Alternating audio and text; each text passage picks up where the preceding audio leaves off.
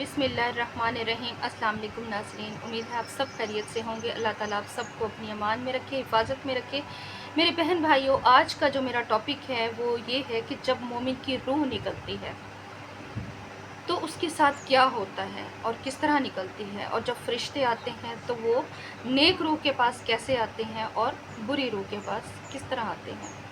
तो मेरे बहन भाइयों, मोमिन की जब रूह निकलती है तो फरिश्ते उसके पास आते हैं, तो मालकुल मौत जन्नत से कफन लेकर आते हैं।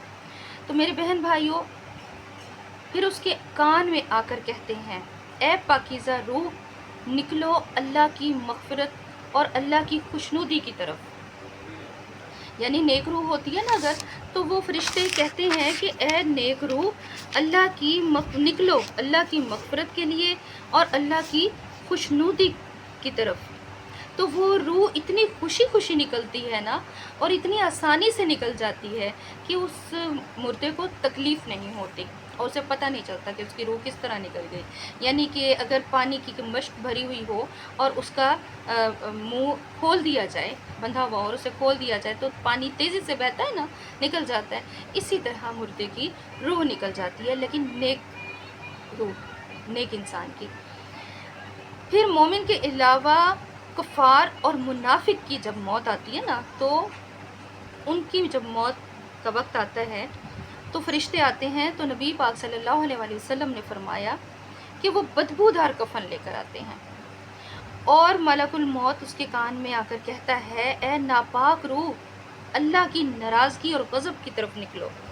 तो नबी पाक सल्लल्लाहु अलैहि वसल्लम फरमाते हैं कि रूह जिस्म में छुपती फिरती है, रूह खौफज़दा हो जाती है, जिस्म से निकलती नहीं, छुपती फिरती है।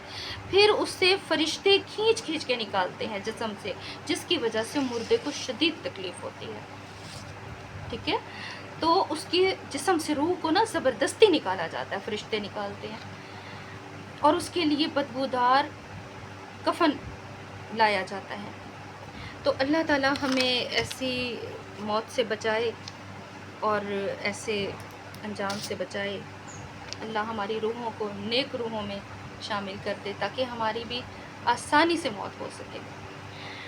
तो मेरे बहन भाइयों, कहने का मकसद ये है कि जो नेक लोग होते हैं उनके लिए खुशबूदार कफन लेकर फरिश्ते उतरते हैं और बड़ी मोहब्बत और प्यार से अल्लाह का पैगाम देते हैं कि नेक रूह, निकलो अल्लाह की खुशनुदी की तरफ, अल्लाह की मग़फ़िरत की तरफ। तो ये सुनते ही रूह पानी की तरह बह जाती है, यानी निकल जाती है आसानी से और मुर्दे को तकलीफ़ नहीं होती। जबकि जो गुनहगार हैं, मुनाफिक हैं, काफिर हैं, तो उनकी रूह को उनका कफन बदबूदार लाया जाता है और उन्हें इस तरह कहा जाता है कि अल्लाह के गज़ब की तरफ निकलो, अल्लाह की नाराज़गी की तरफ। तो वो घबरा जाती है और जिस्म से बाहर नहीं निकलती, चुभती फिरती है। फिर फरिश्ते उसे खींच खींच के निकालते हैं, जिससे उसे बहुत ज़्यादा मुर्दे को अज़ियत होती है, तकलीफ़ होती है।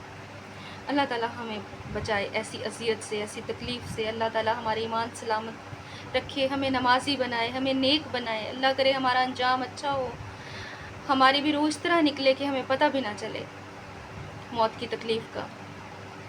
तो बाकी कुछ करेंगे, अगर दुनिया में हम नेक अमाल करेंगे तो तभी हम उम्मीद रख सकते हैं ना। बाकी अल्लाह करम करने वाला है। हर वक्त अपने गुनाहों से माफ़ी मांगनी चाहिए और अपने अमाल अच्छे करने चाहिए, और नमाज की पाबंदी, कुरान और दूसरे भी मामलात जो हमारे दूसरों के साथ हैं उन्हें दुरुस्त कर लिया जाए, क्योंकि ज़िंदगी का कोई पता नहीं कब किस लम्हे ये सिलसिला ख़त्म हो जाए, किसी का भी ज़िंदगी का।